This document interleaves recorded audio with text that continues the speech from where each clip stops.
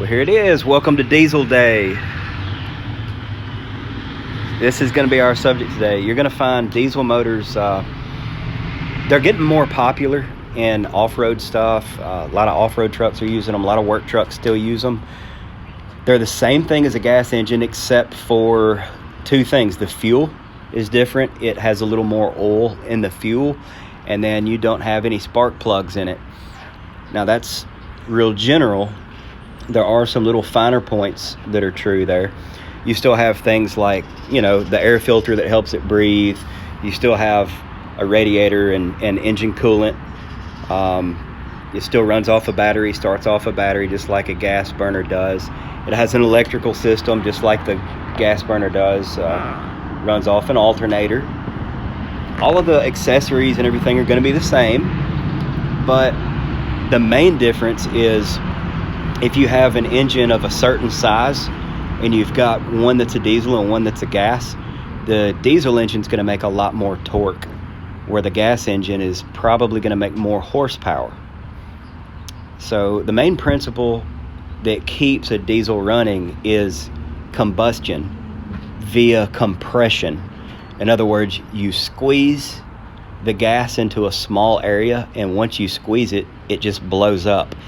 Like if you were to take gasoline and put it in a pump-up sprayer, you could probably pump it, a good 8 or 10 times, and the gasoline would spray out of the pump-up sprayer.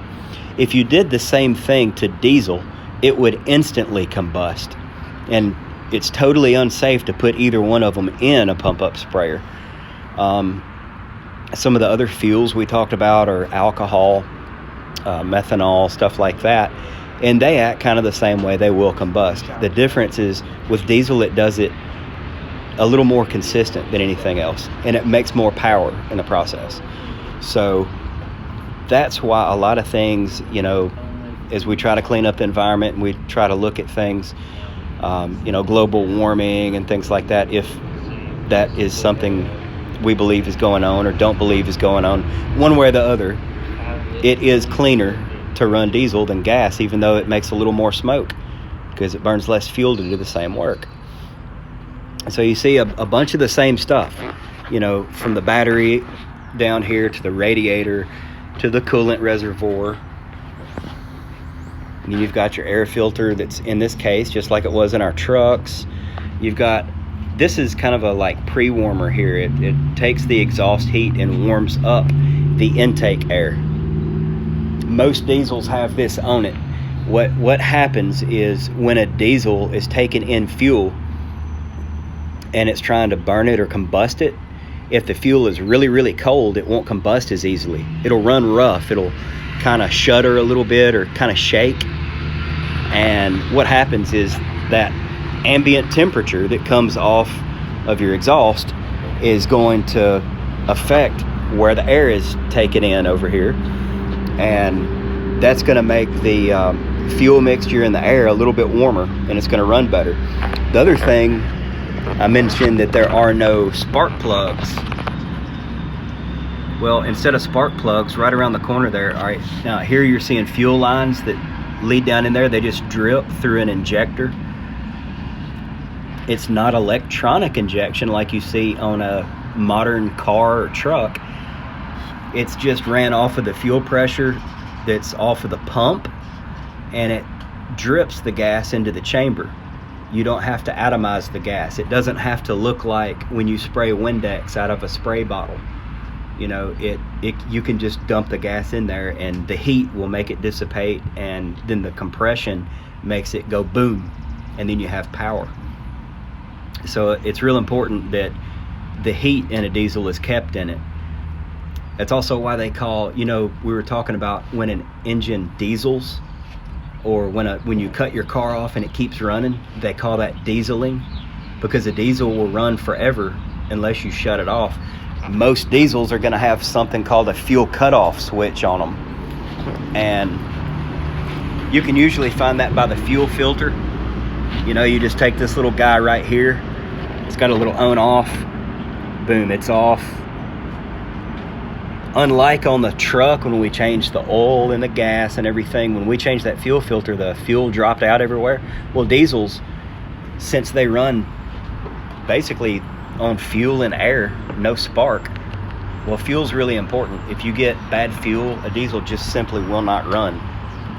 So when you're changing that filter, you can turn that off, or if it turns over on its side or you have an accident, you can turn that off and keep a fire from happening. Really big safety feature. Now, since we do have a tractor here rather than a vehicle, it's kind of cool to walk around and just kind of familiarize yourself with things like where you've got the bucket here, all those little pivot points. Well, they work kind of like your steering and stuff in your car. You know, you've got a little boom arm that comes out here and pushes stuff, and that makes the bucket, you know, turn. And they have alamites and grease spots like we had on our lawnmower, like we see under the car when we were under the truck. You get them over here. You'll see things that have funny looking little hoses going into them. Anytime you see a hose going into a long skinny thing, it's usually a hydraulic cylinder. And you'll notice at the end of it, you have a little rod right here that pushes in and out. Well, that's how you control this bucket. When that pushes out, the bucket moves. Once again, these lines are all steel braided, coated in like 3 layers of rubber with another layer of steel over the top of it to strengthen it. Everything's metal to metal. That keeps it from vibrating and making a whole lot of noise because it's a flexible hose. It doesn't really vibrate. When you have a low pressure supply in a hydraulic system, like you'll see this bulkhead right here that is sending stuff out.